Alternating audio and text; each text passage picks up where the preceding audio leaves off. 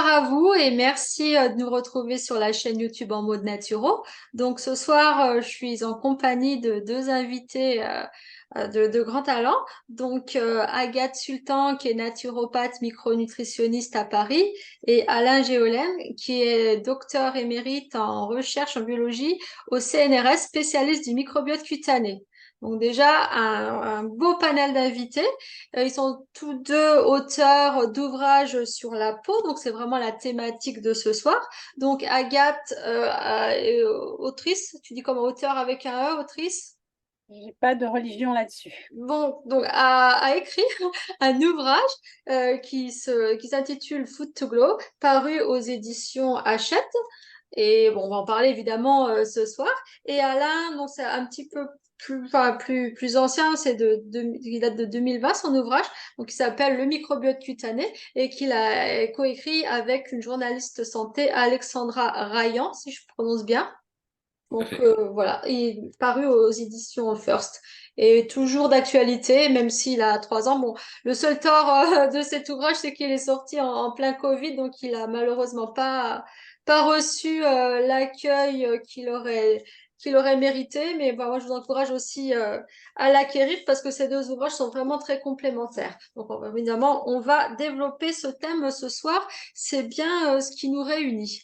Alors, bah donc, moi, je vais vous inviter à vous présenter tous les deux. Et puis, bah, on va vraiment parler, explorer ce fameux organe le plus étendu du corps humain. Et puis, bah, on va effectivement prodiguer des conseils pour en prendre soin. Quand il y a certaines pathologies les plus courantes, on pourra aussi en parler et donner des conseils de base. Évidemment, tout ce qu'on va dire ce soir, ça constitue en rien un diagnostic médical et ça ne remplace pas une visite chez votre médecin voilà, pour être prudent. C'est vraiment informatif, ce qu'on va partager avec vous ce soir. Alors donc, bah, les dames, hein, évidemment, doivent commencer. Donc Alain, vous interviendrez après Agathe. Ouais, merci. Alors donc Agathe, bah, je t'invite à te présenter s'il te plaît parce que nous on est voilà, bonne copine, mais c'est vrai que les Lyonnais te connaissent pas forcément. Dis-nous un petit peu Agathe tes faits d'armes de plumes. Déjà de plumes on en connaît un mais D'abord, merci Maud d'avoir proposé de faire cette émission tous les trois ensemble. Donc moi, je suis effectivement naturopathe de formation, on va dire initiale, mais c'est ma deuxième formation parce que j'ai eu une vie avant dans l'industrie agroalimentaire notamment et dans la direction marketing et en direction commerciale. Voilà. Donc, je me suis ensuite formée à la naturopathie au Sénato et assez vite, j'ai découvert la micronutrition qui m'a passionnée et c'est plutôt le filon que je poursuis aujourd'hui. Donc, je suis certifiée en santé fonctionnelle et en hormonologie fonctionnelle. Je reçois en cabinet à Paris, je consulte aussi en visio et je m'occupe plus précisément des problématiques hormonales féminines. Donc, j'accompagne les femmes de tous les âges qui peuvent avoir des problèmes de préménopause, ménopause, syndrome des ovaires polykystiques, endométriose, hypofertilité, voilà, règles douloureuses, etc. Donc, j'ai vraiment une spécialité hormonale qui me passionne et je trouve que les femmes manquent cruellement d'accompagnement sur ce sujet. Donc, j'essaye d'être là pour les aider à vivre mieux, notamment leur cycle. Voilà. merci Agathe. Bah, on parlera effectivement de l'impact de certaines hormones quand on parlera de pathologies comme l'acné par exemple. Et bah voilà, donc pareil, nous on se connaît, mais malheureusement tout le monde ne vous connaît pas. Est-ce que vous Mhm. pouvez bah, nous parler de vous, s'il vous plaît? Oui, en deux phrases. Plus, Donc, moi, je vous suis méritez quand directeur. même plus de 2 phrases. Non, pas tant que ça. Donc, je suis directeur de recherche émérite. Émérite, ça veut dire que j'ai récemment été atteint par la limite d'âge, mais que comme j'aime ça, bah, je continue. Donc, officiellement, je suis en retraite, mais je continue mes recherches. Je travaille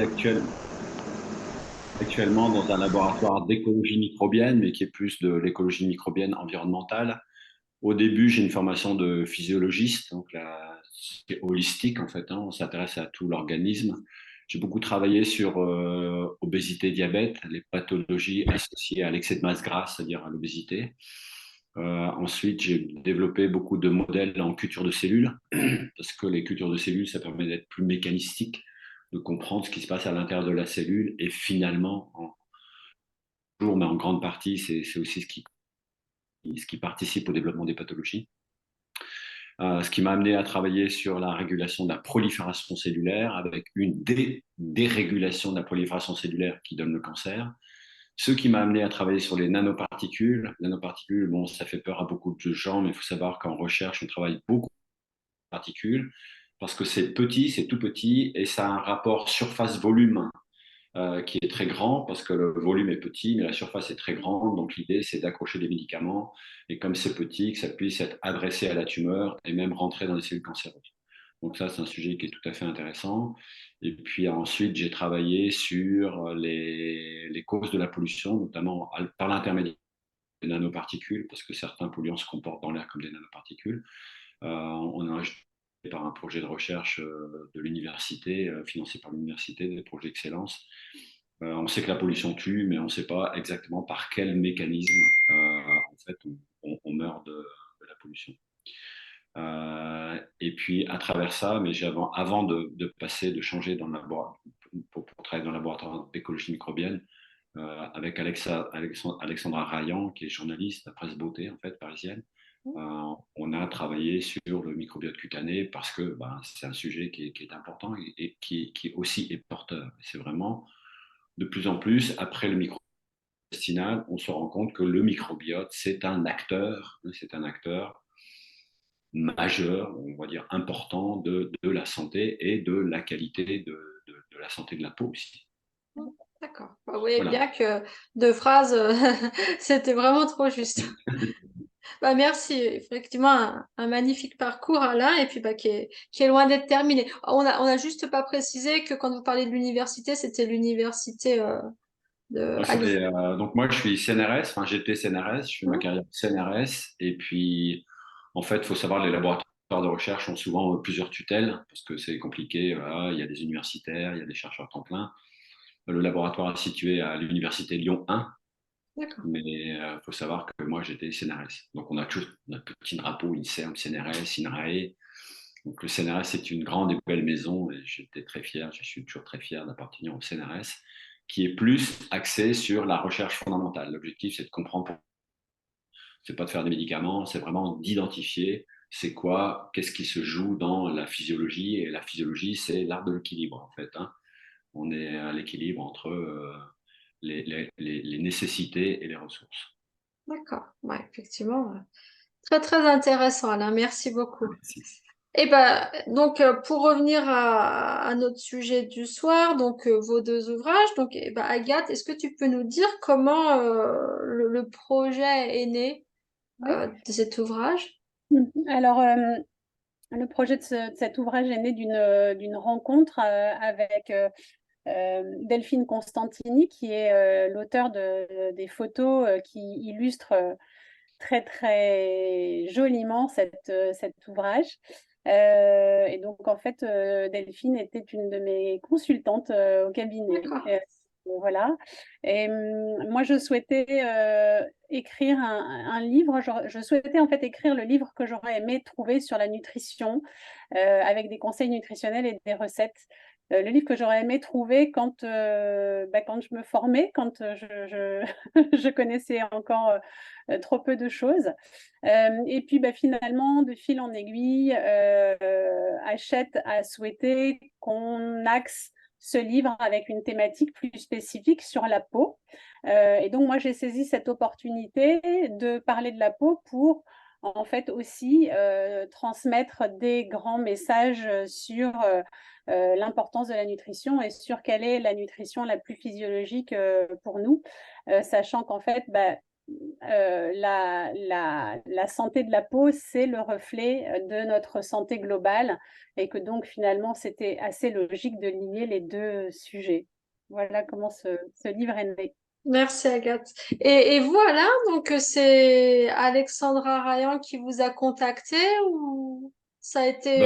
Bah, enfin, comme j'avais pas mal travaillé en nutrition, parce que obésité diabète, bah, c'est beaucoup conditionné par la nutrition, donc j'étais déjà bien sensibilisé au microbiote intestinal. Et puis, bah oui, ça a germé parce qu'à l'époque, j'étais aussi consultant pour Nivea. Donc, j'avais rencontré Alexandra Rayan et puis pas mal de journalistes parisiennes à part par les événements de Nivea. Chaque fois que Nivea, en fait, un nouveau produit, on me demandait de venir expliquer quel est le principe actif et comment ça marche. D'accord. Et puis, c'est Alexandra Rayan là, qui m'a sollicité sur le sujet. Alors, c'est très intéressant parce que c'était avant même que je rejoigne le laboratoire d'écologie microbienne, donc c'était Hmm, presque un ouvrage prémonitoire. apparemment. Bon, bah Donc, je écoutez. n'explique pas la source. Bon, en tout cas, moi, j'ai vraiment pris grand plaisir à le découvrir et c'est vrai que c'est vraiment un bel ouvrage. Donc, effectivement, on Merci. va remercier Alexandra Rayan, même si je ne la connais pas, mais je la remercie quand même. Si on est en ce Merci. moment un peu, on sait pas trop expliquer les choses, mais peut-être qu'elle nous entend par des voix qu'on n'explique pas. Mais en tout cas, c'est une belle collaboration. Comme Agathe avec les autres personnes, c'est vrai que les photos sont vraiment magnifiques, hein. Alors là, vraiment de beaux ouvrages. Alors bah donc là, on commence, on évoque la peau, mais c'est vrai que on la voit, on voit que ça d'ailleurs, mais on la connaît pas si bien que ça. Est-ce que bah, Agathe et Alain, peut-être Agathe en premier, vous pouvez nous parler en fait de la peau, qui est un organe, mais dont on connaît en fait pas beaucoup de choses à part se dire bah, quand ça va pas, j'ai des boutons, j'ai des rides, j'ai la peau sèche. Mais en fait, on se rend pas compte en fait de tous les services qu'elle nous rend, cette peau. Dis-nous un petit peu, Agathe. Bah, déjà, c'est un organe qui est très vaste parce qu'il fait à peu près 2 mètres carrés. Bon, ça varie un peu selon notre taille, hein, évidemment, mais on va dire à peu près 2 mètres carrés, à peu près 5 kilos. Et il est très important puisque c'est notre première barrière de défense. En fait, c'est ce qui limite l'intérieur et l'extérieur. C'est aussi bien évidemment un organe sensitif. Et parmi tous ces organes sensitifs, c'est le seul qui soit vital parce qu'en fait, on peut vivre aveugle, on peut vivre sans goût, on peut vivre sans odorat, on peut vivre sourd, mais on ne peut pas vivre sans peau. Voilà. Donc, ça le rend de tous les organes sensitifs, quand même, ça lui donne une place particulière à cet organe. Voilà. Après, je ne sais pas, peut-être Alain peut rentrer un peu plus dans le détail, mais voilà, il est composé de 3 couches qui vont servir à des choses différentes. Euh, voilà. Alors, la peau, Paul Valéry dit ce qu'il y a de plus profond chez l'homme, c'est la peau. Je trouve ça intéressant, ces raccourcis, hein, ces Oui, raccourcis littéraires qui en fait sont des vérités cruciales. En fait, au moment du développement de l'embryon, hein, il y a un feuillet interne, un feuillet moyen, un feuillet externe, et la peau va venir du même feuillet qui va donner le cerveau. Intéressant. oui, Parce que nous, on a un peu tendance à banaliser le quotidien, et parce qu'on voit la peau, bon, c'est la peau, c'est une enveloppe. Okay. Mais en réalité, c'est une enveloppe qui est très connectée au cerveau, hein. Ça joue beaucoup aussi par la vasodilatation, mais la vasodilatation, on peut rougir simplement par un effet d'excitation de l'activité cérébrale. Il y a un effet, il y a un effet de barrière, mais il y a aussi tout ce qui est sensitif, hein, tout ce qu'on sent, le toucher, tout ce qui passe par la peau, avec des sensibilités qui sont tout à fait extraordinaires, avec des différences de sensibilité aussi. Sur le milieu du bras, on n'est pas très sensible, sur la pointe des lèvres, on est extrêmement sensible, sur les lèvres, on a une sensibilité extraordinaire. Donc il y a des tas de récepteurs de pression, de chaud, de froid, y compris de douleur, qui partie partout. Et ça, c'est un vrai, pardon, c'est un vrai, enfin, c'est une vraie richesse, quoi. d'accord. Pensez, moi, quand on achète un produit, par exemple, emballé dans du plastique, moi, je me dis, la peau, c'est un peu ça, sauf que la peau, c'est un emballage qui s'auto-répare, Oui, hein. Vous coupez, vous attendez un peu, faites attention que ça ne s'infecte pas, ça se répare. oui, Les mécanismes qui sont en jeu dans ça sont tout à fait formidables, c'est fantastique.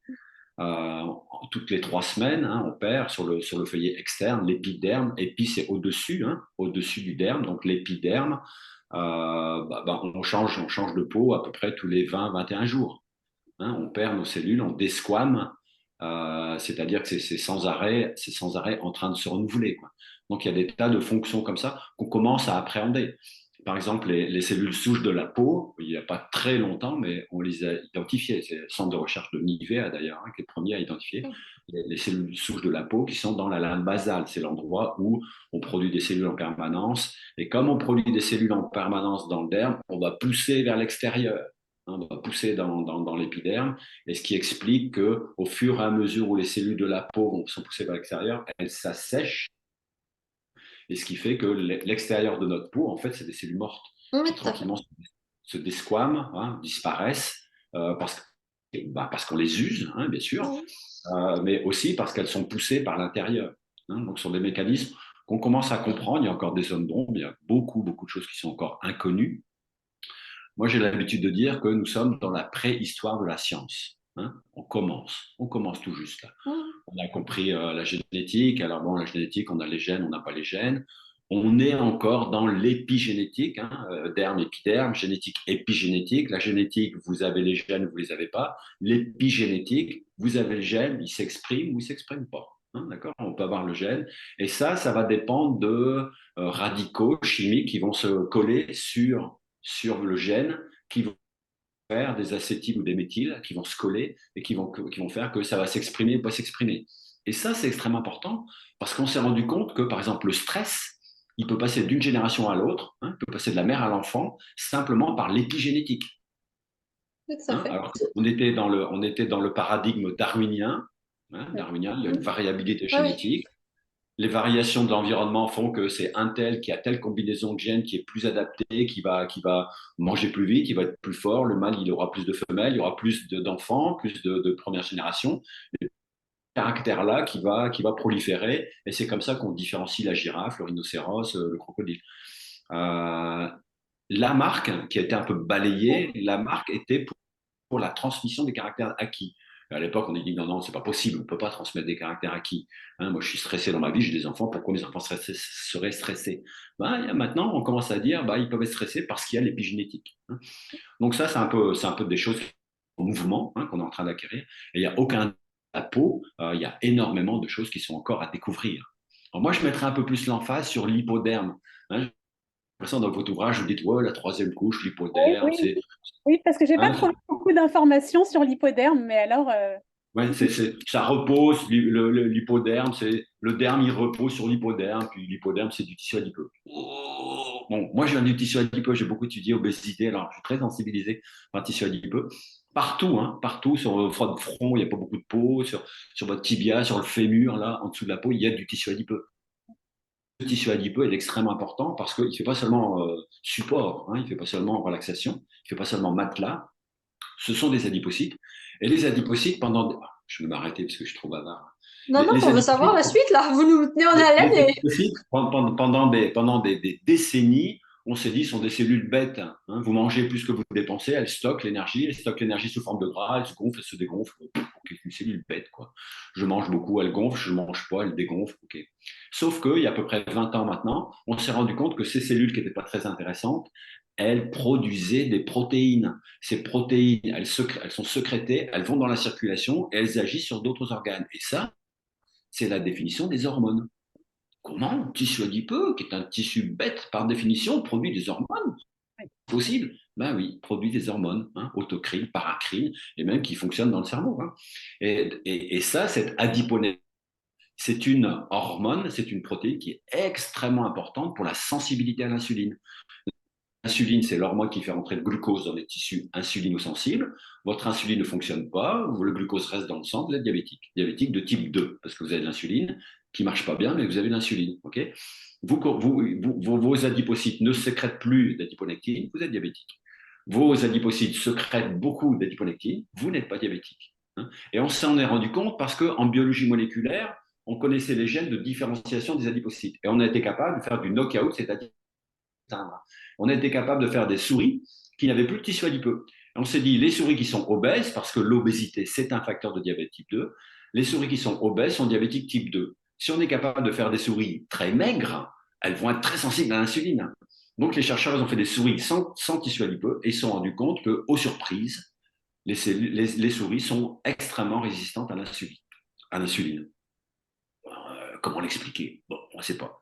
Et puis, 7-8 ans après, on s'est rendu compte que les adipocytes, ils produisent une petite protéine, adiponectine, et cette adiponectine-là, dont on n'a pas encore cerné tous les rôles, mais qui est extrêmement favorable pour l'organisme, elle, elle est importante déterminante pour la sensibilité à l'insuline. Donc, je fais un petit supposé là, hein, mais je me dis si le tissu adipeux, alors quand on parle du tissu adipeux, on parle plus du tissu adipeux viscéral à différents endroits, hein, pas seulement viscéral, mais abdominal, qui est à plein d'endroits, on a des dépôts adipeux. C'est évidemment ces dépôts-là qui vont produire l'essentiel de l'adiponectine et d'une certaine façon réguler la sensibilité à l'insuline. Hein. Le pancréas, c'est l'organe qui l'insuline, c'est le pancréas. Son rôle, c'est de produire l'insuline. Mais après, il y a plein de tissus, y compris tissus adipeux, qui vont être capables de réguler l'activité de l'insuline. Et moi, je me dis, donc mon petit présupposé, je me dis, si le tissu adipeux viscéral est si important pour l'activité de l'insuline, ça m'étonnerait beaucoup que Mère Nature ait mis un tissu adipeux en dessous de la peau et que ça ne serve à rien pour la peau. Ça m'étonnerait beaucoup. Alors, il y a quelques publications, je crois qu'il y en a 2, qui commencent que l'adiponectine est extrêmement importante pour la qualité de la peau, parce que ces adipocytes qui sont sous-cutanés produisent aussi de l'adiponectine. Cette adiponectine-là, sans doute qu'une partie est relarguée dans le système vasculaire et touche l'organisme entier, mais ça ne m'étonnerait pas, moi, que ça aille jusqu'à la lame basale qui est au-dessus, qui produit les cellules de la peau en permanence. C'est une hypothèse, mais quand même, si Mère Nature l'a mis là. Donc, moi, je pense que l'hypoderme, il a des rôles métaboliques qu'on Je ne connais pas encore. Ouais. soupçonnés pour l'instant, hein, mais je pense que ça va venir. Ça va venir. C'est des choses qu'on va découvrir. D'accord. Point. Je suis un peu long, je suis désolé. Non, parce que nous, en micronutrition, c'est vrai que la diponectine, on peut être amené à la doser. Et c'est pour ça que, au contraire, ces informations, elles sont super importantes pour nous. Puis pour les personnes qui vont écouter cette vidéo aussi. Non, vraiment, au contraire, c'est vraiment très enrichissant là. Bon, et puis surtout, ça nous ramène aussi à à vraiment comme vous dites, à l'âge de la préhistoire, Oui, au on est au niveau début. Il faut Oui, c'est ça. comprendre. Au début, il ne faut pas croire qu'on sait beaucoup de choses. Pardon. Non, pardon, non, je voulais juste revenir sur ce que disait Alain au début, sur le renouvellement de ces cellules qui est relativement rapide. D'où l'importance en fait d'avoir des apports nutritionnels suffisants, de bonne qualité et régulièrement pour pouvoir aider à ce renouvellement cellulaire. Tout à fait. En continu. Il faut toujours penser, ça se renouvelle en permanence. Permanence, voilà. Ouais, le Après, mouvement, c'est la vie, un donc renouvellement effectivement. trop rapide quand on parle peut-être du psoriasis, mais sur un renouvellement normal, on a besoin effectivement d'un certain nombre de nutriments pour. Donc, quels sont ces nutriments? Ah bah alors, tu veux qu'on parle tout de suite des nutriments ou parce qu'il y en a plein qui sont. Enfin, on peut parler des nutriments, puis après, voilà, l'importance de les assimiler, et on pourra faire justement après un chemin intestin-peau. Oui. Alors, dans les micronutriments qui sont importants pour la peau, il y a un certain nombre de vitamines. Alors, tout à l'heure, Alain parlait de la régulation épigénétique. Donc, évidemment, on a besoin d'aliments qui nous apportent suffisamment de vitamine B9, suffisamment de vitamine B12, qui sont ces vitamines qui ont un rôle fondamental dans l'expression du génome et dans la régulation de l'expression du génome. Donc ça, ce sont 2 vitamines très importantes. Il y a la vitamine B3 qui s'appelle aussi la niacine qui va être aussi très importante pour l'hydratation cutanée, pour la modulation de l'inflammation cutanée, pour la régulation de la production de sébum aussi. La vitamine C qui est un cofacteur essentiel à la synthèse du collagène. Et puis après, il y a aussi des minéraux qui vont être importants, comme le zinc, comme le fer. Le zinc, ça intervient dans tous les processus de réparation cellulaire, dans la modulation de l'immunité. Et donc tout ça, ça va avoir des répercussions, notamment sur l'inflammation cutanée. Beaucoup de pathologies cutanées sont des pathologies inflammatoires. Donc la régulation de l'inflammation par la régulation de l'inflammation dans le microbiote va être très importante. Qu'est-ce qu'il y a d'autre comme micronutriments essentiels? Le Euh, sélénium, peut-être? Absolument, qui est un antioxydant majeur et très important pour la peau. La vitamine A, j'ai oublié de parler de la vitamine A, bien sûr, la vitamine A, c'est la vitamine qui va nous permettre de nous protéger des rayonnements du soleil, qui sont un des facteurs du vieillissement cutané, et de l'altération de la barrière cutanée les plus importants. Voilà. Euh, Les voilà. polyphénols. Bien évidemment, enfin toute une batterie d'antioxydants qui vont venir contrer le stress oxydatif parce que la peau, évidemment, subit beaucoup de stress oxydatif par la pollution, par les rayonnements, par plein de choses. Et donc, elle va avoir besoin de beaucoup d'antioxydants pour lutter contre ces radicaux libres et éviter le stress oxydatif. D'accord. Alain, qu'est-ce que vous mettez dans votre assiette pour avoir une belle peau, un teint Alors, je suis pas du tout nutritionniste. Je suis désolé. Je pense que Agathe est bien meilleure spécialiste que moi sur ce qu'il faut manger, ce bon, qu'il faut avoir comme nutriments. de toute J'ai façon, envie. vous avez ces recettes hein, dans son ouvrage, donc vous saurez au moins. Oui, voilà. J'ai lu avec beaucoup d'intérêt. Mais Bon, moi, j'ai une approche qui est beaucoup plus générale, par exemple, hein, mais je ne suis pas du tout à l'échelle des micronutriments.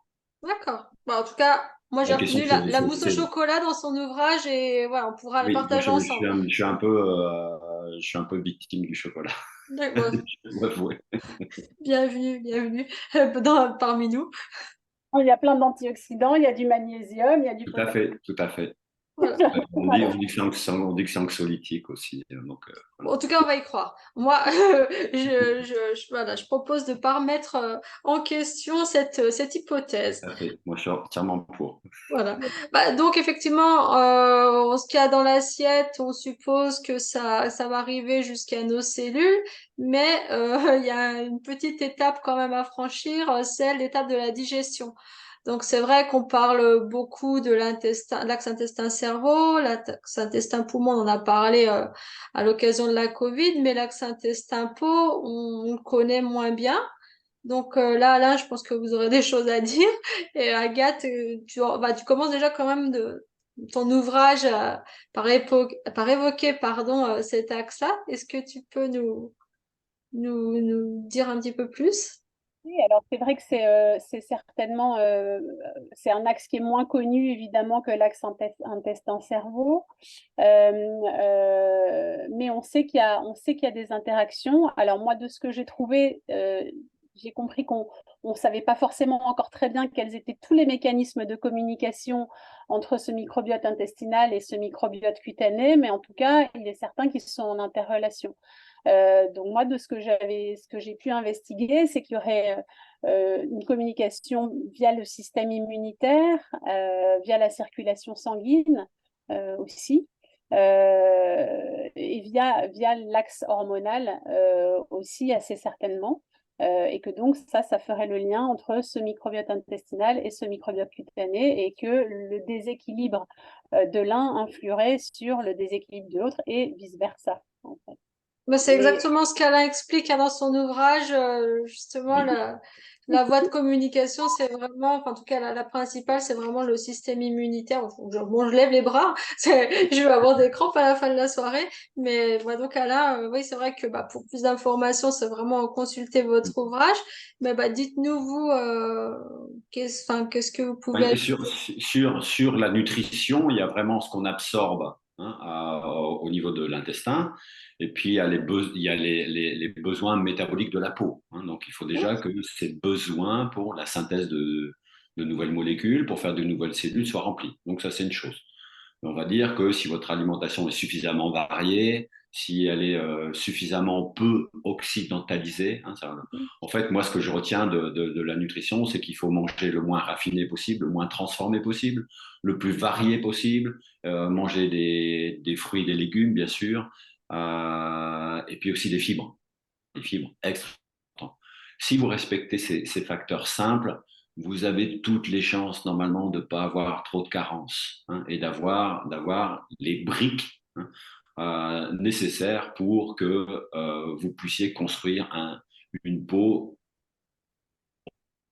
fonctionnelle et qui ne soit pas pathologique. Le rôle du microbiote et du microbiote intestinal. Quand on parle du microbiote intestinal, on parle de 700 à 1000 espèces de bactéries. D'accord? Alors aujourd'hui, en recherche, il y a des publications très sophistiquées qui vous disent ah, mais telle bactérie est extrêmement importante, si vous ne l'avez pas, regardez, on l'a retirée, vous développez un diabète. Vous avez plus de chances de développer un diabète. Ok, super. Bon. Prosni, vous l'avez, c'est bien, vous ne l'avez pas, vous êtes mal. Il vaut mieux l'avoir.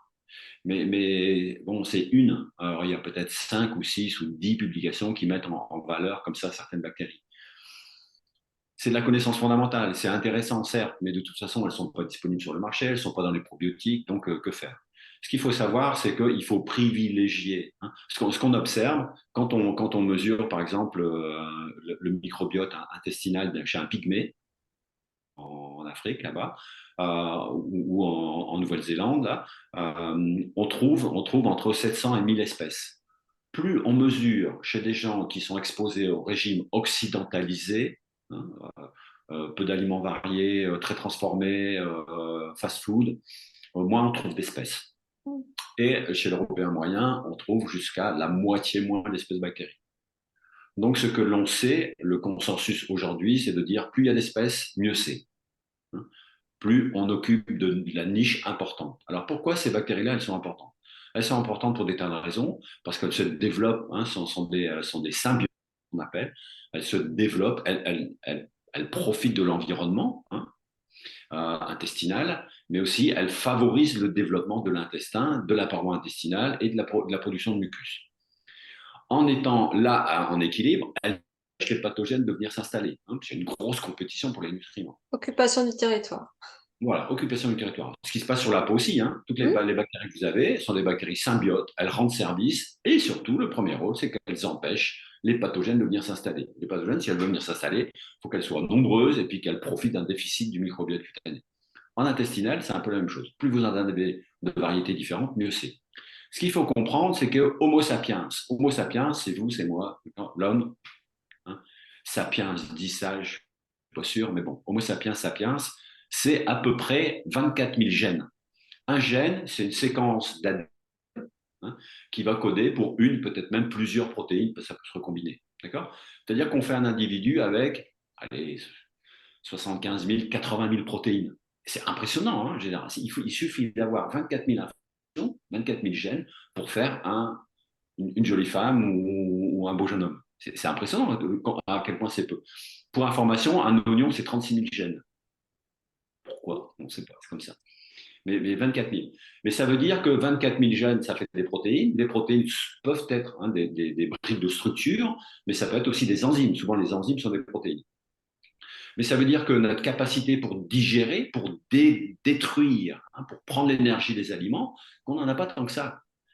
Quand vous avez 700 à 1000 espèces, ça veut dire que vous avez à peu près 200 000 gènes.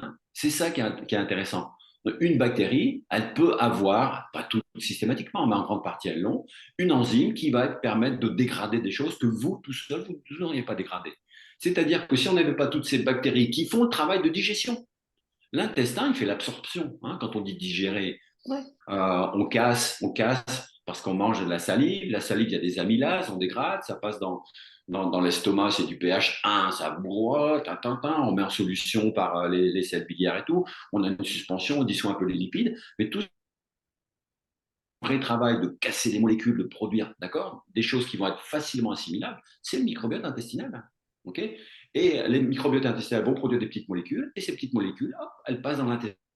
Mais il faut savoir que quand vous avez votre cellule, et puis ici, les nutriments, pour rentrer dans la cellule, il faut un transporteur. D'accord? Donc, ce qui peut rentrer, c'est assez limité, parce que des transporteurs, il n'y en a pas 200 000. D'accord? Donc, il faut vraiment que le transporteur, il soit adapté à chose à transporter. C'est pour ça qu'on peut manger des fibres, machin, mais c'est loin, il n'y a pas grand-chose qui rentre finalement. Et il y a encore moins de choses qui rentreraient si on n'avait pas développé ce microbiote intestinal. Donc, ce microbiote-là, intestinal, extrêmement important. il est important au cours du développement, hein, parce que chaque fois qu'on va changer de régime alimentaire, et le sevrage, c'est un changement de régime alimentaire, on va évidemment changer notre microbiome. Et chaque fois qu'il va se produire un événement, par exemple, je vais en Asie ou je vais en Espagne, j'attrape, bon, j'ai rien contre les Espagnols, mais on va dire, je vais au Kenya, j'attrape la tourista, et ben, mon microbiote intestinal, il est sacrément chamboulé. Je vais revenir, je vais rétablir mon microbiote, mais il va garder cette trace-là, hein. C'est pour ça qu'on dit c'est presque une carte d'identité. Chacun, avec son histoire, au cours de son temps, je prends des antibiotiques, je vais modifier mon microbiote, même si après je le restaure en partie, il sera comme il aurait été sans antibiotiques, hein. C'est-à-dire, un enfant de 5 ans, en moyenne, il a pris 12 fois des antibiotiques. On s'étonne que 60% des Américains soient obèses. Je ne dis pas plus, hein. Il y a sans doute une connexion. On ne sait pas plus que ça, on n'en sait pas plus. Mais on commence à se dire, peut-être que les antibiotiques chez les enfants, il ne faudrait pas débuter. Okay. Après, comment ça peut tourner vinaigre? Ça peut tourner vinaigre parce que si on a des bactéries qui deviennent trop agressives, alors la paroi intestinale est protégée par un mucus, d'accord? Les mucus sont des chaînes longues, hein, de filaments, donc la bactérie n'est pas directement en contact. Mais il peut arriver qu'elle rentre en contact, même en contact avec les cellules intestinales, hein, les entérocytes. Et ça, non, ça ne doit pas se produire. Ce qui peut se produire aussi, c'est que s'il y a une agression, hein, si on est trop, si on produit des molécules qui vont un petit peu attaquer les cellules de la paroi intestinale, les cellules intestinales, elles peuvent se rétracter un petit peu, ou ce qui peut se passer, c'est un espace un petit peu entre les parois intestinales, et là, il y a des molécules qui vont passer, qui ne devraient pas passer, mais qui passent quand même. Et ça, le système immunitaire, il est en embuscade. Il y a des macrophages qui sont là, qui regardent, il y a des lymphocytes, hop, je t'attrape, je te digère et je me bagarre. Seulement, je produis des interleukines, je produis des facteurs d'inflammation, et ça provoque de l'inflammation. L'inflammation, c'est un peu comme le clairon au combat, hein. Tout le monde sur le bras de bas, faut se battre, mais toutes les cellules sont un peu modifiées. Celles qui sont les cellules du système immunitaire produisent des interleukines, ça va activer tout le monde, mais finalement, on n'est pas bien, hein, on n'est pas bien. Et puis, cette inflammation-là, elle va se transmettre parce que ça va voyager dans le sang. Et la peau est aussi extrêmement sensible à ça, hein. Donc, c'est pour ça qu'on pense aujourd'hui, le lien essentiel entre intestin, peau, c'est le système immunitaire. Et ça passe par l'inflammation. Il y a beaucoup d'arguments dans les littératures qui montrent en fait, hein, qu'une altération du microbiote intestinal se traduit par du psoriasis, des dermatites. Il y a beaucoup d'éléments, sans qu'on sache vraiment bien qu'est-ce qui est à l'œuvre, hein, dans vraiment la dérégulation du microbiote. Oh, merci Alain. Vous nous avez fait vivre, revivre en tout cas les cours qu'on a pu suivre avec Agathe chez DFM Formation. Donc on avait vraiment voilà, un rappel, mais incarné par le chercheur. Donc c'était vraiment agréable. Merci. C'est vrai que dans la littérature, on trouve que souvent chez les gens atteints de psoriasis ou d'eczéma, il y a une perte de diversité dans le microbiote. Donc, effectivement, ça, je pense que c'est malin. Après, moi, ce que je trouve toujours intéressant d'expliquer à mes clients sur cette diversité microbienne qui est absolument nécessaire, c'est que finalement, c'est pareil dans l'infiniment petit que dans l'infiniment grand, c'est-à-dire qu'on sait très bien que notre planète, si elle souffre aujourd'hui, notamment de la perte de diversité sur la planète, et ben, c'est la même chose dans notre écosystème intestinal. Moins il y a de diversité, plus il va y avoir de déséquilibre, plus il va y avoir de systèmes, de parasites qui vont se développer et donc moins ça va bien se passer finalement. Tout à fait. Et l'importance de cette biodiversité, sensibilisé à ça parce que j'avais fait de l'écologie il y a longtemps, mais bon. Il y a par exemple une petite grenouille colorée qui a disparu en Amazonie. Ok, c'est dommage, c'est triste, mais je dis, ok, on ne peut pas sauver toutes les grenouilles non plus. Mais c'est étonnant parce que ça nous rattrape, hein, parce que cette biodiversité-là, on vit aussi de cette biodiversité. Cette biodiversité, elle est en nous, ok? Et cette biodiversité est protégée pour le microbiote intestinal, le microbiote cutané, et tous les épithéliums, hein. Les épithéliums, c'est les surfaces qui sont en contact avec l'extérieur, hein. Qu'est-ce qui est en contact avec l'extérieur? L'intestin, bien sûr. L'intérieur de l'intestin, c'est considéré comme extérieur, hein, parce que je prends de quelque chose d'extérieur, je le mets dans mon corps, mais le tube, c'est de l'extérieur. Les poumons, la surface des poumons où je fais rentrer de l'air, c'est de l'extérieur. Donc les papilles pulmonaires où se fait l'échange entre de l'oxygène et on recrache le CO2, bah, c'est en contact avec l'air. Tous les épithéliums sont en contact avec l'extérieur, sont couverts de bactéries. Pendant longtemps, on a pensé que être propre, c'était être stérile. Et que, par exemple, les poumons, bah non, c'est forcément obligé que ce soit stérile. Ça peut pas être, il ne peut pas y avoir de bactéries. Non, non, c'est couvert de bactéries. Tout ce qui est de l'organisme extérieur, c'est couvert de bactéries. Mais ce sont des bactéries qui sont là souvent dès la naissance, d'ailleurs passées par un microbiote de la main, d'ailleurs. Mais ce sont des bactéries qui sont symbiotes, qui sont là pour nous aider. Et il y a une maturation qui se fait, d'où l'importance d'avoir le bon microbiote dès le départ. Ces bactéries-là informent les cellules et surtout, elles informent le système immunitaire. Il y a beaucoup de maladies respiratoires parce que aussi, je dis, l'épithélium pulmonaire, il est couvert de bactéries. Il y a beaucoup de problèmes d'allergie, de sensibilité aux polluants qui sont liés parce que les enfants, donc, dans les plus jeunes âges, ont été élevés dans des milieux très propres, très stériles. Dans des pays scandinaves, par exemple, on est très maniaque sur la propreté, ce qui fait que de l'enfant n'est pas en contact avec les bactéries, et pendant ces fenêtres de développement, les fenêtres ontogéniques, le système immunitaire, il n'est pas en contact avec les bactéries qui sont normalement en contact avec le système immunitaire. Donc le système immunitaire ne peut pas apprendre. Puis 5, 3, 4, 5, 6 ans plus tard, le système immunitaire est en contact avec des bactéries qui sont présentes chez tout le monde, mais chez cet individu-là, ils n'ont pas été en contact. Le système immunitaire se dit, oh, je ne connais pas, toi, je te combats. Hop, inflammation, et puis maladie respiratoire. Parce que je n'ai pas été en contact, mon système immunitaire, il n'a pas appris que cette bactérie-là, elle n'est pas pathogène, elle est symbiote. Okay, donc tout ça, ça vient un peu de Pasteur, le grand Pasteur. Avant Pasteur, c'est la génération spontanée. D'accord? La génération, vous mettez un chiffon dans un coin, il sort des souris, il sort des mouches. Et ben, le chiffon, oui, c'est comme ça. Et Pasteur dit, il y a un monde de l'infiniment petit. Je le vois, je l'observe. Et ce monde infiniment petit, il génère des pathologies. Et il découvre la rage, ses élèves Yersi découvrent la peste, voilà, et c'est le début. Sauf que en France, évidemment, on est très fiers de Pasteur, il y a tout un courant pasteurien, il y a l'Institut Pasteur qui est prestigieux, voilà, mais il nous a appris, et c'est un peu la limite, la zone d'ombre, c'est qu'une bactérie, c'est un danger. Il faut savoir, la très très grande majorité des bactéries, elles sont symbiotes ou elles n'ont aucun effet chez l'homme.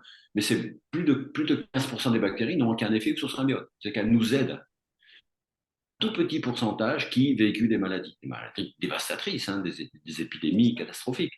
Mais c'est un petit nombre. Donc il y a tout un courant qui est dire il faut être propre. Moi, je me souviens, je suis plus tout jeune, ma grand-mère, quand on se lavait les mains, pour être propre, il fallait récurer les mains. On était propre si on avait les mains stériles presque. Dès qu'on touchait quelque chose, on n'était plus propre, il fallait se relaver. Ça, c'est fini. Maintenant, on se lave les mains. On en a fait l'expérience avec le Covid. À force de se laver les mains, se relaver les mains, on provoque de l'atopie, des dermatites atopiques. Donc, il faut se laver, oui, mais il faut prendre conscience qu'on a des bactéries et ces bactéries-là, il y a des moments où il faut se laver et puis il y a des moments, c'est pas grave. Bon, c'est clair qu'avant de manger, il vaut mieux se laver les mains quand il y aurait des pathogènes. C'est clair. Mais ça sert à rien de se laver 15 fois les mains de suite. Ouais, mais jugement, après une douche, par exemple, en combien de temps le microbiote cutané il se reconstitue? Parce que c'est. Non, mais enfin, moi j'ai. Escherichia coli. Ça dépend déjà du savon que tu utilises, je pense, hein. Oui, ça dépend de plein de facteurs. Pour vous donner un ordre de grandeur, Escherichia coli se divise en 20 minutes. D'accord? Une bactérie, c'est tout petit. Donc, ça se divise. Donc, vous multipliez par 2. Vous multipliez par 2 toutes les 20 minutes. Vous allez voir combien ça fait après 64. D'accord. Ou c'est 3 fois par heure. D'accord? Mmh. Donc, vous multipliez en 3 heures, vous multipliez par 2, 18. C'est astronomique. Très, très vite. Ça va très vite si la bactérie, elle est dans son milieu propice, d'accord? Et si elle a tout ce qu'il faut pour se développer. Sinon, elle va. Alors, dans la peau, sur la peau, si on dessine une silhouette d'homme, on a des populations bactériennes. On n'a pas une, il y a des équilibres. Et on pourrait, nous, dans les articles scientifiques, on a par exemple une silhouette et puis on a un rond, hein, y compris sur le visage. On n'a pas les mêmes populations bactériennes aux différents endroits.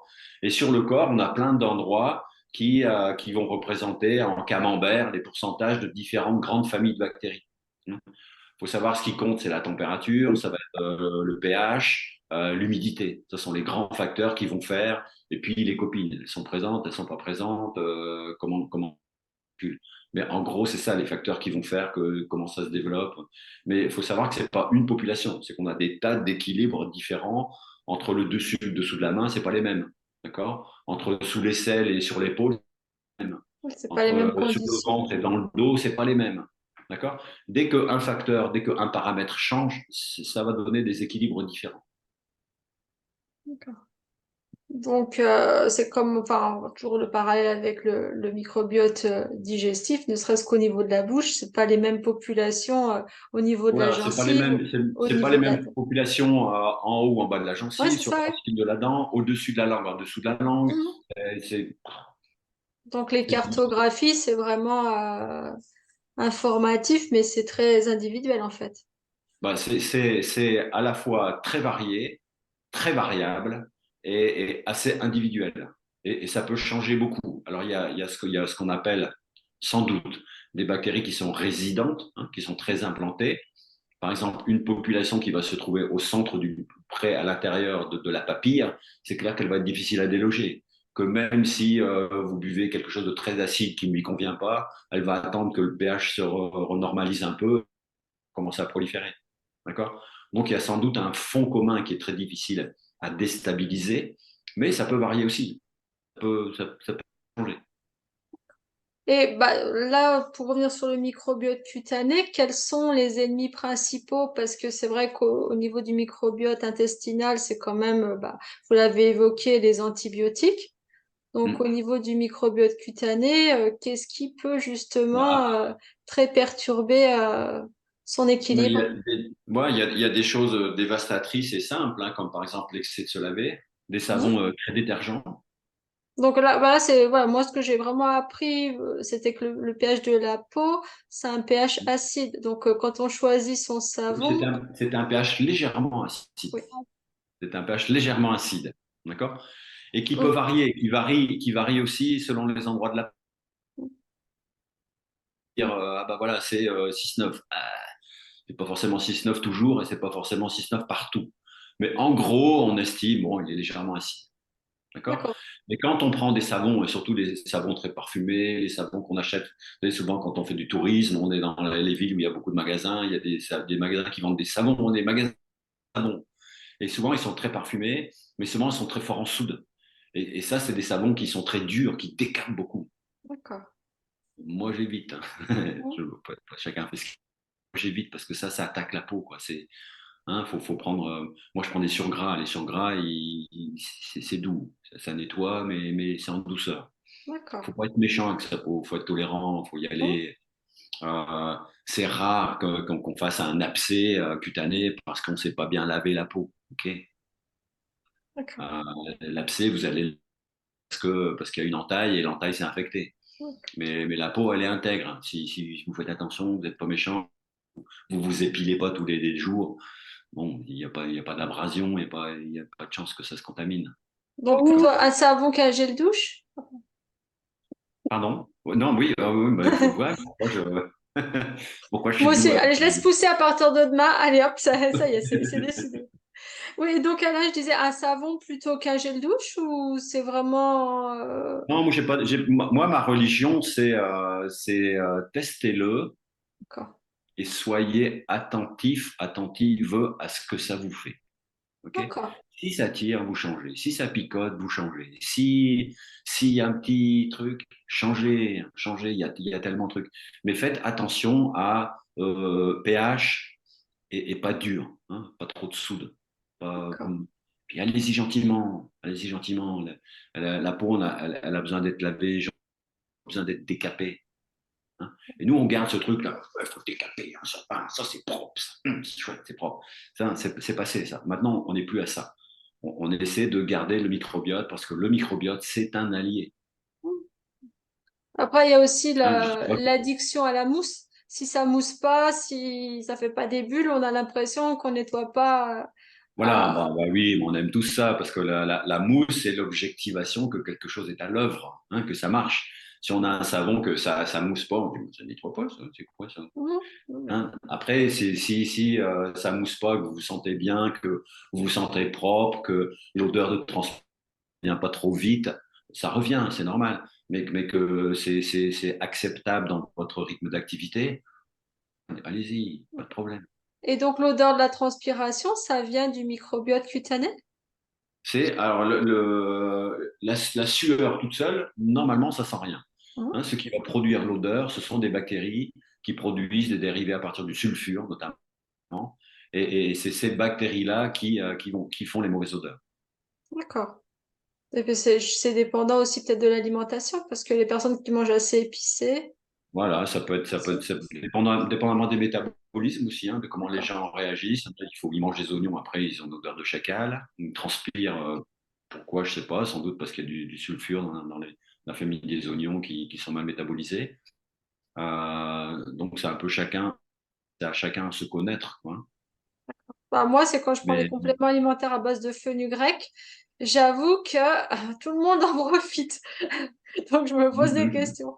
Et... Non, mais après, ça, c'est des questions d'une part de métabolisme, hein. Je veux dire, ça dépend des enzymes que vous avez pour digérer, des enzymes qui sont présentes dans votre microbiote intestinal aussi, ok, de ce que vous transpirez, comment vous transpirez, et de toute évidence, des bactéries qui sont sur votre peau.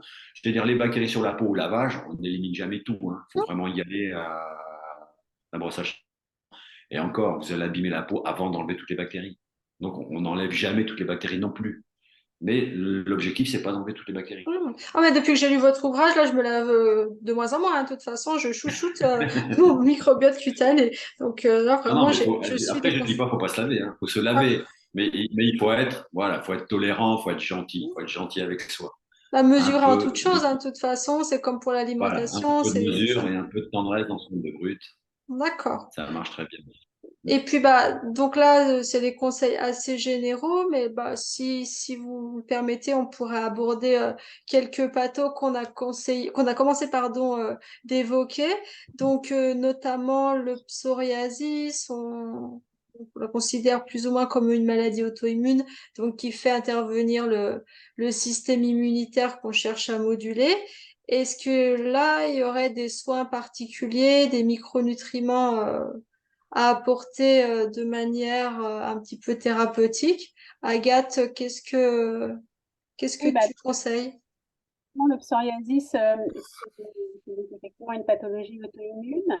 Euh, euh, il y a du coup un déséquilibre de l'immunité. Il y a souvent un problème de barrière intestinale, comme le disait Alain, dans les cas de ces pathologies.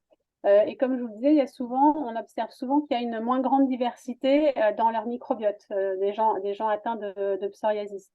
Du coup, en fait, on s'est rendu compte qu'ils avaient une moins bonne synthèse d'une substance qui est produite par certaines bactéries du côlon, qui s'appellent les acides gras à courte chaîne. Et notamment, ils ont une moins bonne synthèse du butyrate. Donc, c'est un de ces acides gras à courte chaîne produits par nos bactéries amies du côlon. Et en fait, on sait que ce butyrate, il a un rôle dans la régulation des lymphocytes qui vont stimuler les maladies auto-immunes. Donc, c'est sûr qu'il va falloir faire attention à favoriser cette production de butyrate par le microbiote chez les gens qui sont atteints de psoriasis. Après, dans les conseils très importants à donner pour le psoriasis, c'est d'arrêter le gluten parce qu'il y a quand même vraiment beaucoup d'études qui montrent que les gens qui souffrent de psoriasis présentent beaucoup d'anticorps en général anti-gliadine, donc contre le gluten, voilà, d'anticorps contre le gluten finalement. Donc, ça fait partie des évictions alimentaires. Alors moi, je prône pas les évictions alimentaires à tout va, hein. Je pense que quand un microbiote est bien équilibré, quand une barrière intestinale est saine, et ben, on est capable de digérer et d'assimiler beaucoup de choses en étant toujours modéré et équilibré dans ses apports. Mais de temps en temps, ça peut être intéressant de faire des évictions. Et je pense que sur le psoriasis, effectivement, l'éviction du gluten est assez importante et assez salutaire.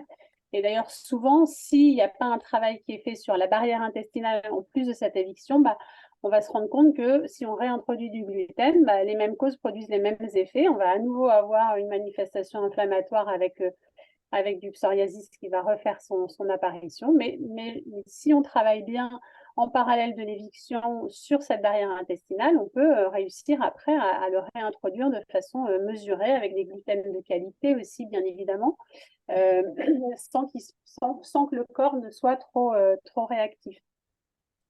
Il faut aussi limiter tous les aliments qui sont très pro-inflammatoires. C'est une pathologie très inflammatoire, donc les aliments très pro-inflammatoires, c'est toutes les graisses, notamment les graisses saturées qu'on va trouver dans l'alimentation industrielle. C'est aussi trop d'oméga 6 qui sont des acides gras qu'on va trouver notamment si on a des apports de produits animaux trop importants. Il faut limiter les sucres rapides qui sont très pro-inflammatoires, l'alcool, aussi évidemment le café, toutes ces choses-là qui sont très pro-inflammatoires et essayer d'avoir des consommations très, très raisonnables, en tout cas pendant un temps. Et après, les aliments particulièrement intéressants sur ces plateaux-là, ça va être d'apporter suffisamment d'oméga 3. Alors, les oméga 3, c'est des acides gras essentiels qu'on va trouver surtout dans les petits poissons gras, enfin en tout cas dans les petits poissons gras et dans certains autres poissons gras comme la dorade, le flétan aussi ou le saumon. Donc, ces oméga 3 qu'on trouve dans les poissons sont déjà sous une forme qui est biodisponible, qui est la forme physiologique dont l'organisme a besoin, donc qui est cette forme EPA-DHA. On trouve aussi des oméga 3 dans les végétaux, dans certaines huiles végétales, dans l'huile de lin, dans l'huile de cameline, dans une moindre mesure dans l'huile de colza. Mais là, il va falloir que notre organisme soit capable de transformer ces oméga 3 végétaux en EPA-DHA, ce qui n'est pas très très simple quand même quand on sait comment ça se passe. Mais, donc, ça va être important d'apporter ces oméga 3-là. Et puis, il y a deux acides gras un peu différents qui sont dans la famille des oméga 6, mais qui ne sont pas pro-inflammatoires, qui sont la bourrache et l'onagre, et qui vont avoir une action de modulation de l'inflammation, justement, et qui peuvent être intéressants aussi à apporter dans le psoriasis. Et puis on a parlé tout à l'heure rapidement du sélénium, mais c'est vrai qu'il est particulièrement intéressant dans le pso. Alors, si on l'apporte de façon isolée comme nutriment, les résultats des études sont pas forcément très probants, mais en revanche, si on l'apporte avec un cocktail d'antioxydants, là, on va avoir des effets assez intéressants. Alors, le sélénium, c'est un aliment, un nutriment qu'on trouve surtout dans les noix du Brésil. C'est le plus riche en sélénium. Voilà. Mais comme souvent, en fait, sur les antioxydants, l'équilibre est très important puisqu'en fait, ils passent leur temps en fait à s'oxyder, se réduire, s'oxyder, se réduire. Donc en fait, on a besoin d'une balance entre tous ces antioxydants pour ne pas faire pire que mieux finalement, parce que le sélénium en excès, il n'est pas plus favorable pour l'organisme. D'une manière générale, on fait des runs aussi parce que si on apporte trop d'antioxydants, en fait, principe d'Hormèse, au bout d'un moment, le corps, voilà, il fait plus rien et puis il sait plus produire ses propres antioxydants. Donc, on fait voilà, des fenêtres thérapeutiques, je veux dire. Et tu avais parlé du butyrate aussi, donc plutôt des fibres. Oui, alors les fibres, les fibres sont très très importantes dans l'alimentation. Les fibres, on en trouve dans les fruits, dans les légumes. évidemment, mais on en trouve aussi beaucoup dans les céréales et dans les céréales de qualité. Alors, on va en faire bondir certains, mais par exemple, dans l'avoine, il y a beaucoup de fibres de grande Ouais, qualité. tout à fait. Donc ces fibres sont très importantes parce que justement, ça va permettre, elles vont nourrir les bactéries de notre microbiote, ces bactéries symbiotiques avec lesquelles on cohabite en très bonne intelligence. Et en fait, grâce à ces fibres, elles vont elles-mêmes fabriquer donc ces acides gras à courte chaîne qui sont garantes de la santé de nos intestins, hein, notamment, puisqu'en fait, ces acides gras à courte chaîne sont le carburant préféré de nos cellules, des cellules intestinales de notre côlon. Donc, on en a vraiment besoin. Après, ces fibres vont aussi faire baisser la glycémie et que ce soit dans l'inflammation, que ce soit donc dans les pathos inflammatoires, que ce soit dans les pathos du vieillissement cellulaire, la régulation de la glycémie, elle est très importante, que ce soit aussi dans les pathos hormonales. Donc, par exemple, dans l'acné hormonal, on sait que si on a une glycémie qui augmente, on va aussi avoir une surexpression des androgènes et c'est cette surexpression des androgènes qui va favoriser la production de sémum et donc favoriser la survenue de l'acné. Donc cette régulation de la glycémie, elle est très importante et elle est permise par les fibres.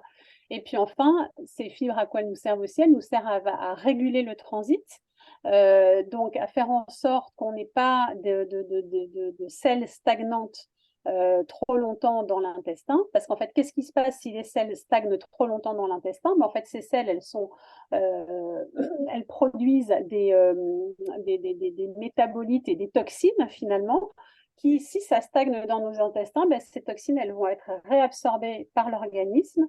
Elles peuvent même remonter vers le foie par le système entérohépatique, hein, donc par la veine porte. Ces toxines, elles vont remonter vers le foie et elles vont surcharger le foie.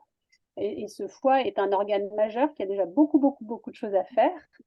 Et en fait, on sait que quand le foie est surchargé, au même titre que d'autres émonctoires, eh bien, un des émonctoires annexes que le corps va utiliser pour évacuer les déchets en surplus qu'il n'arrive pas à évacuer, ben, c'est la peau, hein. Et du coup, on peut se retrouver avec des pathologies cutanées aussi parce que justement, ben, ce foie, il est débordé, il n'en peut plus et il faut évacuer ces toxines. Et donc, on va se servir de nos glandes sudoripare et sébacées pour évacuer ce surplus de toxines.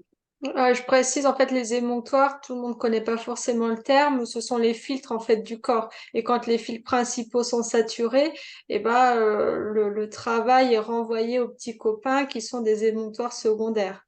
Donc, c'est pour ça que, on peut appeler la peau un émonctoire par dérivation du foie. Quand l'intestin il en peut plus, qu'il a essayé de renvoyer le travail au foie et que le foie il se dit bah moi non plus là je suis vraiment full. Donc la dernière solution c'est vraiment de renvoyer au niveau de la peau et c'est pas très agréable parce que quand ça se passe à l'intérieur, les personnes en prennent, voilà, des fois on peut être constipé, c'est un inconfort, mais souvent quand ça ressort au niveau cutané, donc là les personnes elles vont se dire non, là il y a vraiment un souci.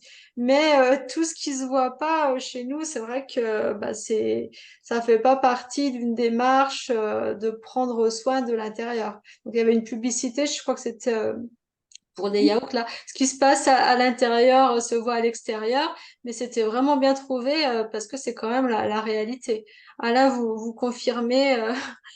Moi, Cette- Pardon. Il n'y a rien de mieux à dire de ce qui a été très bien dit. Bon, bah écoutez, voilà, vous êtes un naturopathe micronutritionniste en herbe, une nouvelle carrière s'offre à vous là. On est vraiment content de vous avoir dans notre équipe. Donc, voilà. Merci. Et puis, bah, donc, voilà, Agathe, pardon, tu as commencé de parler un petit peu d'acné et qu'est-ce que, parce que c'est quand même enfin, une problématique qu'on rencontre vraiment couramment en cabinet. Comme tu es spécialiste des hormones, est-ce que tu peux nous en dire un petit peu plus sur ce sujet-là? Évidemment, c'est pas la principale cause, mais c'est quand même assez fréquent que ce soit une acné androgénique. Donc, fais-toi plaisir, comme Oui. c'est ton sujet de prédilection.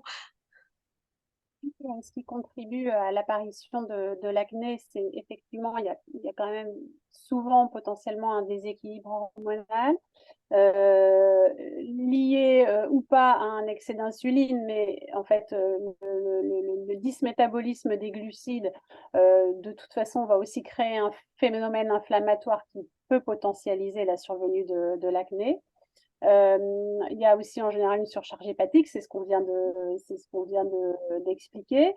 Et puis, il y a aussi souvent un déséquilibre du microbiote dans l'acné, avec par exemple sur l'acné rosacée, très souvent, en fait, il y a un déséquilibre du microbiote en faveur du candida albicans. Donc, le candida albicans, c'est un champignon hein, qui est naturellement présent dans tous nos microbiotes, mais qui est naturellement présent en petite quantité. Et en fait, quand il va prendre le dessus, ça peut occasionner l'apparition d'acné rosacée. Alors, il y a quelque chose, parce que tout à l'heure, Alain parlait de la digestion, qui est évidemment est fondamentale parce que ce qu'on met dans la bouche, c'est pas forcément ce qui va réussir à arriver au cœur de nos cellules et ce qui est pourtant l'objectif, hein, c'est bien d'aller nourrir nos cellules. Et ben en fait, alors il y a les premiers qui ont, je pense, cherché sur le microbiote cutané dans les années 30, eh ben, ils avaient remarqué globalement que chez les patients acnéiques, c'était des gens qui manquaient d'acide chlorhydrique gastrique. Donc, quand on manque d'acide chlorhydrique gastrique, quand on a un pH de l'estomac qui n'est pas assez acide, et ben, c'est un grand facteur limitant de la digestion parce que ça va limiter la digestion des protéines, puisque cet acide chlorhydrique gastrique est très très important pour activer les enzymes protéolytiques, donc les enzymes qui vont permettre de digérer les protéines de l'estomac. Mais en fait, ce niveau d'acidité gastrique, il a d'autres répercussions parce qu'en fait, c'est ce niveau d'acidité gastrique qui va aller informer le foie et le pancréas d'un bon niveau de sécrétion à venir en dessous. Et le pancréas, il va sécréter non seulement à nouveau des enzymes qui vont permettre de digérer les protéines, mais aussi les lipides et aussi les glucides. Donc finalement, vous allez limiter toute votre digestion avec ce manque d'acide chlorhydrique gastrique. Et puis en plus, il a aussi comme rôle d'assainir finalement le bol alimentaire. Parce que de la même manière que quand on se lave, on devient pas stérile, et ben, ce qu'on mange, ce qu'on met dans nos assiettes, on a beau le laver, le cuire, c'est quand même pas non plus stérile. Et ce pH très acide de notre estomac, il a pour rôle d'assainir ce bol alimentaire. Et quand le pH n'est pas assez acide, il y a des bactéries qui vont réussir à passer cette barrière stomacale et qui vont peut-être venir coloniser nos intestins avec des bactéries indésirables. Et là, on va être à nouveau sur une guerre de territoire qui sera en faveur de qui? Ça dépend. Voilà. D'ailleurs, il y a vraiment pas mal d'études là, qui sont sorties, le lien entre SIBO et acné rosacée. Donc, par le même phénomène, manque d'acidité gastrique ou alors dysfonction de la valvule iléosécale. Et là, ce sont les bactéries du côlon qui remontent au niveau du grêle. Bon, après, on peut avoir les deux. Enfin, être colonisé par le haut et par le bas. Ouais, absolument. Et Donc voilà, donc sur l'acné, pas mal de facteurs. Donc donc comme je disais, ça peut être un déséquilibre hormonal au profit des androgènes, hein, donc au profit des hormones mâles. Alors c'est pour ça d'ailleurs que par exemple les femmes, elles peuvent avoir des poussées d'acné, soit juste au moment de l'ovulation, soit au moment des règles, parce qu'en fait c'est un moment où les oestrogènes et la progestérone vont chuter. Et il peut y avoir une surexpression des androgènes à ce moment-là. Et du coup, ces androgènes vont favoriser la production de sébum et on va avoir notamment peut-être de l'acné là dans le bas du visage qui est assez caractéristique de cette acné hormonale. Je disais qu'il y avait l'insuline aussi qui jouait. Donc l'insuline, elle va être pro-inflammatoire si elle est en excès et elle va aussi favoriser l'expression de la testostérone, donc de ces hormones androgènes. Et donc on est dans des espèces de cercles vicieux qui vont entretenir ces phénomènes d'acné. Alors les grandes lignes salutaires pour les peaux à acné, c'est de supprimer les produits laitiers. Ça peut être très, très, très bénéfique aux peaux acnéiques. On peut aussi, si c'est une acné hormonale avec surexpression des androgènes, essayer de moduler justement l'expression de ces androgènes. Alors, un petit peu par l'alimentation. Après, il y a évidemment bien de façons d'agir, mais par l'alimentation, ça peut être en consommant régulièrement, c'est-à-dire tous les jours, des graines de lin broyées. Le lin, en fait, va limiter l'action d'une enzyme qui s'appelle la 5-alpha-réductase et qui va avoir tendance à convertir à augmenter notre pool d'androgènes, en fait, de testostérone. Donc, le lin est un modulateur de cette enzyme. Donc, on peut consommer des graines de lin, il faut les broyer pour récupérer l'action des lignanes du lin. Hein. C'est les lignanes du lin qui vont avoir cette action-là. Et donc, on les trouve dans les graines de lin broyées, donc pas dans l'huile de lin. L'huile de lin, elle nous apporte des oméga-3 qui sont intéressants aussi, mais ce n'est pas le même rôle. On peut consommer de l'huile de courge, on peut aussi consommer des graines germées de luzerne, ça s'appelle l'alfalfa, qui pareil va moduler cette synthèse d'androgènes. Et puis il faut avoir aussi suffisamment d'apport de zinc, qui est aussi un modulateur de la synthèse des androgènes. Donc, Le magnésium aussi. le magnésium aussi, de toute façon, Partout, le de toute façon. pas Ubiquitaire. le magnésium. Beaucoup Pour travailler sur le foie, puisqu'on a vu qu'effectivement, il peut avoir un impact, cette saturation, cette surcharge du foie peut avoir un impact sur l'expression de l'acné, et les aliments que le foie aime bien, c'est tous les aliments qu'on dit soufrés. Et donc, ça va être les choux, les brocolis, l'ail, l'oignon, le radis noir, enfin bon voilà, tous ces aliments qui vont aider à la détox hépatique.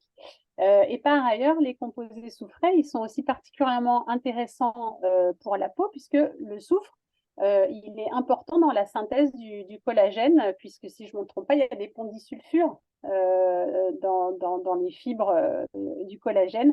Et donc, ils sont intéressants à double titre, ces aliments soufrés pour la peau. Voilà. Merci Agathe. Alain, qu'est-ce que voilà vous validez? Qu'est-ce qu'on Je suis d'accord avec tout ce que tu as dit, j'ai rien de plus à ajouter. Une remarque juste un peu généraliste par rapport au psoriasis avant on traitait la peau parce que le symptôme c'était la peau.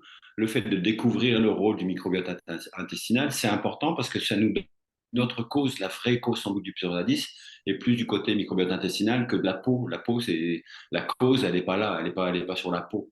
Hein, donc c'est ça l'importance de la recherche fondamentale, de mettre en évidence les facteurs de causalité. Et curieusement, c'est plus au niveau intestinal que vraiment sur la peau. Ça, c'est difficile à faire comprendre en cabinet quand des personnes viennent avec une problématique, puis qu'on va leur dire, bah, écoutez, on va essayer de chercher la cause, et puis qu'au final, on décentre un petit peu du symptôme. Des fois, ouais, ça prend déjà un temps d'explication, de dire effectivement, on entend votre souffrance, mais c'est pas qu'on la prend pas en considération, c'est qu'on va vraiment agir sur la cause. Et des personnes si elles sont depuis des années, elles peuvent être complexées ou en souffrance sur un endroit, puis leur dire, bon, on va travailler le digestif, le microbiote intestinal, des fois, il faut vraiment Ouais, un travail le pédagogique. lien n'est pas évident, mais sans doute Ouais, qu'il faut tout à commencer par expliquer ça avant de convaincre le patient. La fait. deuxième chose aussi que je voudrais attirer votre attention, c'est que Il y a longtemps qu'on connaît l'importance du microbiote intestinal. Okay, le début du yaourt, 1900, 1920, déjà, c'était lactobacillus. Sauf que qu'est-ce qui fait exploser la connaissance sur le microbiote intestinal? C'est Les le nouveaux séquençage moyens à de haut débit. recherche. Ah, ouais. C'est le séquençage à haut débit. Parce que maintenant, on récupère l'ADN et puis par la petite section là, qui code pour les ribosomes, ce qu'on appelle le 16S, qui synthétise certaines protéines très spécifiques. Cette séquence-là d'ADN est très spécifique des espèces de bactéries. C'est pour ça qu'on est capable de dire, bah, dans cet intestin-là, il y a 700 espèces différentes, et puis de débobiner telle famille, telle famille, telle famille. La limite de ça, c'est que c'est une connaissance qui est purement moléculaire. C'est-à-dire qu'on est capable de dire, bah, telle espèce, on lui donne un nom, mais en réalité, on ne la connaît pas, l'espèce. D'accord. Donc, il y a énormément d'espèces qui sont identifiées, reconnues. On est capable de faire des liens de causalité. Mais la bactérie, on ne la connaît pas vraiment. Donc, il y a tout un travail. Aujourd'hui, tout ce travail de mise en évidence du rôle du microbiote est très prestigieux et donne des publications extrêmement qui vous rendent extrêmement visible dans Nature, Science, c'est Ouais. très prestigieux, et puis vous faites une renommée avec ça. Mais maintenant, il va y avoir tout un travail de bénédictin, à savoir que si on veut identifier des bactéries très finement, très précisément, à savoir quel est le rôle de chaque bactérie, ça va être extrêmement compliqué, parce que d'abord, la grande majorité des bactéries sont anaérobies, c'est-à-dire qu'elles se développent sans oxygène, donc pas facile à cultiver. Et puis ça, c'est un travail qui n'est pas du tout prestigieux. Vous allez passer des semaines, des mois, peut-être quelques années à identifier une ou deux bactéries, et puis si ça se trouve, elle n'a pas un rôle extrêmement déterminant. Et ça, on ne connaît pas bien encore. Quelle est l'importance d'une bactérie ou d'une population de bactéries? Comment une bactérie réagit avec les autres bactéries de la population ou de la sous-population? Un champ d'études qui est même pas développé. Quand je dis qu'on est dans la préhistoire, là, on va aller loin. Pour rebondir sur l'acné, on commence aussi à faire l'hypothèse que Cutibacterium acnei, en fait, elles sont identifiées par la séquence, donc espèce, mais il faudrait sans doute aller dans la sous-espèce et peut-être même la sous-sous-espèce. Et il y a des travaux qui montrent qu'il y a des sous-espèces qui sont beaucoup plus virulentes que la majorité des espèces de Cutibacterium acnei. Donc là, il y a tout un travail encore. La génétique, ça ne nous apportera rien parce que c'est le même codage 16S. Donc tout ça, c'est du Cutibacterium acnei. Mais il y a des expériences qui montrent que certaines souches peuvent être beaucoup plus lentes, participer de façon beaucoup plus active au développement de l'acné. Donc c'est un champ qui est un petit peu en train de se développer. Mais la biologie moléculaire sera de peu d'utilité pour ça. D'accord. Donc là, pour l'instant, enfin, les personnes peuvent d'elles-mêmes réaliser une métagénomique voilà, Compliqué, compliqué. Il y a des laboratoires qui le font, mais il faut trouver le bon laboratoire. Si vous n'êtes pas spécialiste, c'est pas si simple que ça à trouver. Bah, Après, nous, on vous honnêtement, enverra Alain, répondre. on peut le faire en Belgique, on peut le Ouais, il faire faut. très Voilà. facilement, mais qu'est-ce que Ok. vous en pensez? Enfin, pour Non, l'instant, parce on n'a qu'après, pas vous allez avoir le genre, l'espèce, Cutibacterium acnei, mais vous n'aurez pas les sous-espèces. Et il se peut que dans un cas particulier, il y ait une sous-espèce qui soit présente. Donc, il y a la même section 16S qui est identifiée comme Cutibacterium acnei, mais vous ne saurez pas si c'est quelle est la sous-espèce. Et de plus en plus, nous, on attire l'attention sur attention sous-espèce. Et c'est compliqué parce que la biologie moléculaire sera de peu d'utilité pour ça. Et au Mais niveau du microbiote intestinal, vous... c'est un peu la même chose. C'est la même chose. C'est une problématique générale. D'accord. Autant la connaissance, elle a explosé parce qu'on a du haut Mhm. débit, mais le haut débit vous donne le genre l'espèce, il ne vous donne pas la sous-espèce. D'accord, ok. Et puis, des sous-espèces, D'accord. peut-être qu'il y a d'autres façons de se développer. C'est juste pour souligner que c'est un champ de recherche. D'accord. Parce que c'est vrai que Ok. maintenant, on peut facilement voilà, Ah, c'est du investiguer séquençage. ouais, C'est le du séquençage au microbiote débit. oral, le microbiote vaginal, Oui, oui, tout à ça fait. se Ouais. fait en pratique quasiment courante, enfin, même sans ordonnance, sans prescription médicale, hein. Les personnes commandent leur kit et renvoient dans les labos qui le proposent. Et donc, D'accord. pour Ok. l'instant, c'est pas si intéressant que ça, quoi. Après, voilà, moi, j'ai jamais fait, mais il faut voir comment ça vous sort, les pourcentages, quelles Bah espèces, quelles sont écoutez, je vous enverrai un petit rapport si vous le la souhaitez. fiabilité, à voir. Mais après, une fois que vous avez les données, il faut encore exploiter, quoi, ce qui est Mhm. encore autre chose. Et quand c'est un microbiote témoin, en fait, Mm. qui a été représenté comme étant le microbiote sain, hein, si tant est De qu'on référence. Ouais, c'est ça, c'est. pense. Et après, ça nous fait ressortir qu'en fait, que certains types de bactéries, il y en a plein, et on ne donne pas toute la liste de ce qui est présent, mais ça permet de voir les grands équilibres des familles, voir s'il y a des familles qui sont particulièrement agressives et délétères. Enfin bon, voilà, ça donne des grands équilibres. Moi, je le fais dans des cas très, très, très particuliers. Je ne sais Aussi. pas toi, Maud. Si, enfin, c'est souvent une demande des parents qui ont un enfant avec autisme. Donc là, c'est vrai que c'est assez bluffant sur des tout petits. Par exemple, là, j'ai un enfant de 3 ans qui a vraiment une candidose, une arabinose et puis bah, le microbiote. Mais là, c'est vraiment par rapport effectivement au microbiote de référence, entre guillemets, et à 3 ans, quoi. Donc, et puis il a vraiment des grosses plaines digestives. Donc là, le petit, il peut pas trop parler. L'alimentation, il a les troubles de l'oralité. Donc effectivement, dans des cas comme ça, quand c'est les parents qui demandent, oui, là, ça, c'est pertinent. Mais sinon, en pratique courante, je reste quand même assez mitigée parce qu'on a d'autres tests, le bon vieux DMI, le test SIBO, on a quand même déjà pas mal d'informations. D'accord. Donc là, pour une fois qu'on va apprendre quelque chose à Alain, c'est des analyses qu'on propose en micronutes. D'accord. Bah, ça aide bien justement, comme vous disiez, à trouver la cause des problématiques des personnes, puisque il y a toujours un rôle du microbiote intestinal, et puis bah, d'identifier si c'est des proliférations plutôt fongiques, plutôt bactériennes, de putréfaction ou autre, bah, ça donne vraiment des pistes. Puis on peut évaluer aussi, plus il y a une dysbiose, bah, plus il y a comme on parlait, d'inflammation de la barrière de l'intestin. Donc voilà, c'était nos, nos petits échanges entre collègues avec Agathe.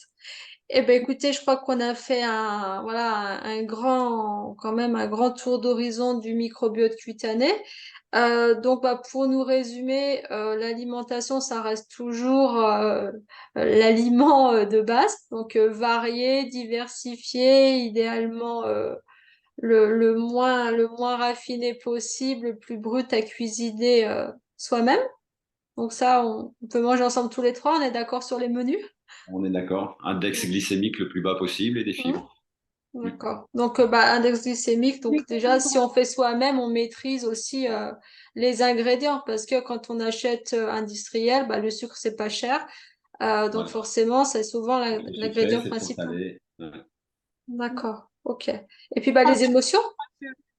c'est vrai que si, même si il nous reste plein, plein de choses à découvrir, très certainement, entre ces... Mais, justement, pour les personnes qui veulent tout Mais découvrir. bien au-delà de tout ça, certainement, il reste plein de choses à découvrir sur ce lien microbiote intestinal, microbiote cutané.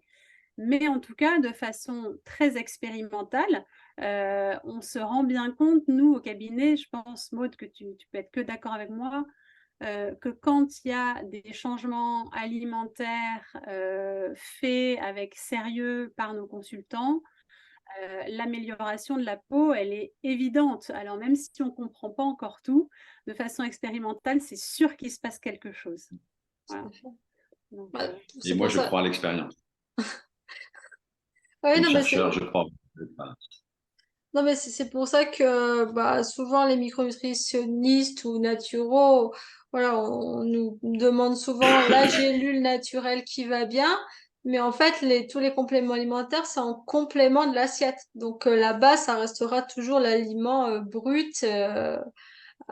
Voilà, que le corps est habitué à reconnaître plutôt que de se bouffer des gélules parce que ça va plus vite et ça a pas le goût du poisson gras ou du chou Bruxelles.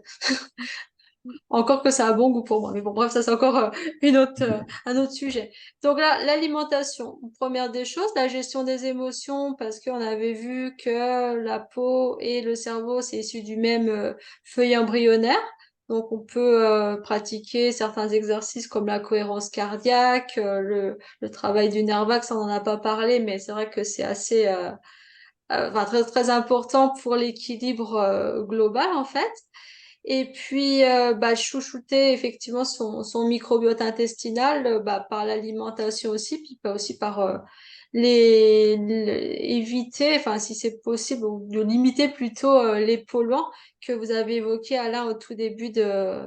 Oui, bon, limiter, et surtout nous à Lyon, puis Agathe à Paris, c'est encore pire, elle est encore plus mal lotie que nous, mais c'est vrai que peut-être inviter quand même à faire des marches en nature, des choses comme ça. Qu'est-ce que vous avez comme conseil par rapport à ça? Pour Alors, essayer. curieusement, Il y a plus de oui, pollution en nature. non, on pense aussi que pour le microbiote cutané, plus la variabilité le nombre d'espèces présentes est grand, mieux c'est. Mais curieusement, on ne sait pas qu'est-ce qu'il faut faire pour enrichir. D'accord. On ne sait pas. Alors, on pense, pardon, on pense que la nature c'est bien, qu'il faudra avoir des espaces verts pas loin, qu'il faut être dehors. On pense aussi que si votre enfant il se traîne un peu dans la poussière, c'est pas bien grave, et peut-être que c'est même tant mieux. Oui.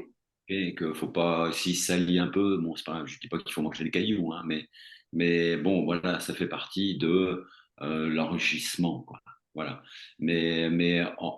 Aujourd'hui, il n'y a pas d'études qui montrent qu'est-ce qu'il faut faire pour enrichir son microbiote cutané. On ne sait pas. D'accord. On peut penser que plus on est à l'extérieur, mieux c'est. Parce qu'on a quand même un petit peu tendance à vivre entre quatre murs. Donc, moi, j'ai la faiblesse de croire que plus on est à l'extérieur, plus on bouge, plus on est diversifié dans nos activités à l'extérieur, plus le microbiote cutané va s'enrichir. D'accord. Ok. Mais il n'y Donc, a rien de démontré aujourd'hui. d'accord. Bon, effectivement, on en revient au postulat de base qu'on a tout à découvrir et ce qui est passionnant en fait dans la vie. Si tout était Tout à écrit, fait. ce sera assez triste. Bon, écoutez, super. Merci vraiment pour ce bel échange.